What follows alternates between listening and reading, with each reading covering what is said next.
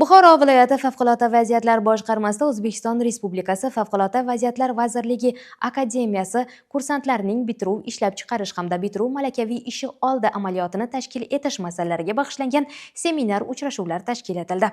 Unda boshqarma rahbariyati, amaliyotchi kursantlar hamda akademiyaning professor-o'qituvchilari ishtirok etishdi.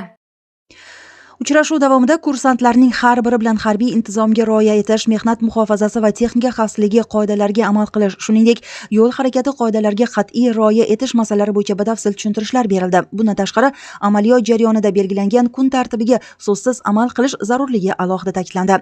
Tadbir davomida kursantlarning amaliyotni samarali o'tashlari, favqulodda vaziyatlar sohasi yo'nalishida nazariy bilimlarini mustahkamlashlari hamda amaliy ko'nikmalarni puxta egallashlari uchun boshqarma tarkibidagi tajribali mutaxassislardan iborat murabbiylar biriktirildi. Shuningdek, mutaxassislar tomonidan korrupsion holatlarga yo'l qo'ymaslik, fuqarolar bilan xushmuomalada bo'lish, xizmat madaniyatiga rioya etish hamda amaliyot davrida zarur kasbiy malakani to'liq egallash bo'yicha muhim tavsiyalar berildi. Seminarning amaliy qismi zamonaviy yirik sanoat ishlab chiqarish korxonalarining texnologik jarayonlari bilan yaqindan tanishish, shuningdek, favqulodda vaziyatlarning oldini olish va ularni bartaraf etish bo'yicha amaliy tajriba orttirish tadbirlari bilan davom ettirildi.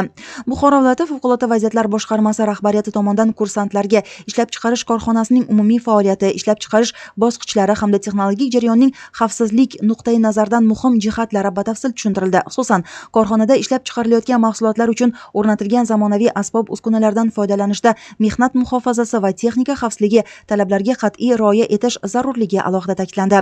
Amaliy mashg'ulotlar davomida korxonada sodir bo'lishi mumkin bo'lgan favqulodda vaziyatlar, jumladan texnogen avariyalar, portlash va yong'in xavflari, shuningdek, ularning kelib chiqish sabablari, oldini olish choralariga oid tushunchalar berildi. Favqulodda vaziyatlar yuzaga kelganda xodimlarning to'g'ri va tezkor harakatlanishi, xavfsiz evakuatsiyani tashkil etish hamda birlamchi yong'in o'chirish vositalaridan samarali foydalanish bo'yicha amaliy ko'nikmalar mustahkamlandi.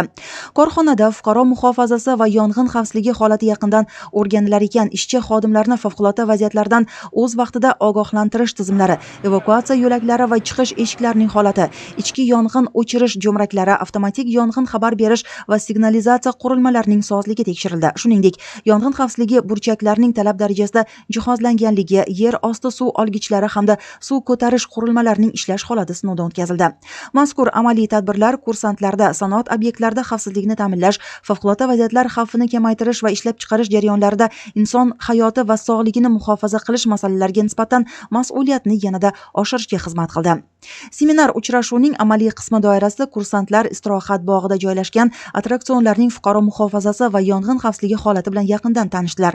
Mashg'ulot jarayonida attraksionlarning texnik holati, ulardan xavfsiz foydalanish qoidalari, favqulodda vaziyatlar yuzaga kelishi mumkin bo'lgan xavf omillari hamda ularning oldini olish choralari alohida e'tiborga olindi.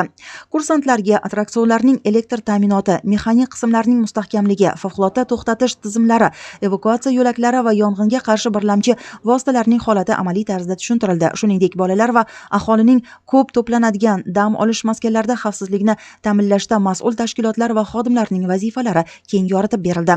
Amaliy mashg'ulot davomida kursantlar attraksionlarda yuzaga kelishi mumkin bo'lgan favqulodda vaziyatlar, elektr qisqa tutashuvi, mexanik nosozlik, yong'in yoki odamlar orasida vahima holatlari paydo bo'lganda to'g'ri va tezkor harakat qilish, aholini xavfsiz hududga olib chiqish, birlamchi yordam ko'rsatish bo'yicha zarur bilim va ko'nikmalarga ega bo'ldilar.